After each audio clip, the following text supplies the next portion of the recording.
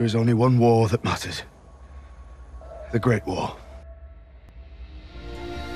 For days and nights they fought, and all lost hope that this war would once be over, as this was the greatest war they had seen. Scared and confused, people refused to surrender, because they loved their king and they loved their queen, who had always looked after them. The people did not run when the blazing summer sun burned their skin, and they did not run when the autumn storms came. In the winter they still were on the battlefield, almost freezing and with no supplies, while the enemies kept coming and coming, stronger and even more ferocious. They did not run because their king was fighting by their side, and their queen was taking care of the wounded, and how could have they betrayed the royal family? Even if the many were hungry and afraid for their lives in this never-ending war, they had never considered fleeing. When the spring sun warmed the fields, hope was back, and it looked like the victory was not an impossible dream anymore. The enemy finally seemed to slowly retreat, and all everyone was talking about was peace, and crops, and weddings, because, you see, spring was the season of new beginnings. But fate has its own plans, and we humans cannot ever truly understand how everything can change in the blink of an eye. One day, when the apple trees were in blossom, a news that traveled as fast as the lightning left the villagers in despair.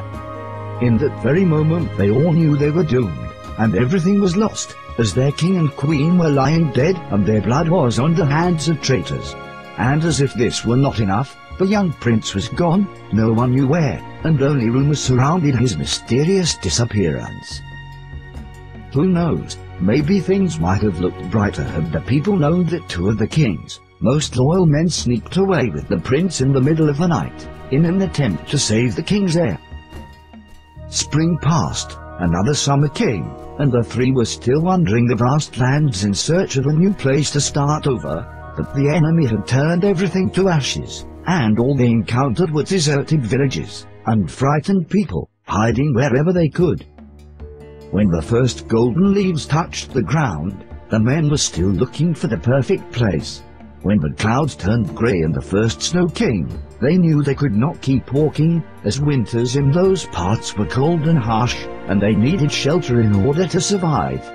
They finally realized that there's no perfect time and no perfect place to start something, and so they stopped in front of a cave, determined to confront their destiny. "This is where we stop," the prince without a kingdom said. "This winter shall pass, and the spring to come shall find us building a new kingdom, because winter is to put thoughts into words, and spring is to put words into actions." Once the winter months were over, a bit fearful, but full of hope, the prince and his men set out to find the perfect place to build a kingdom. "This is the place where we shall build our kingdom. A kingdom that no one will ever take from us." "My king, the traitors are still among us, searching for us day and night. They are looking for a prince, but you are already a king. Indeed, this place is perfect for us.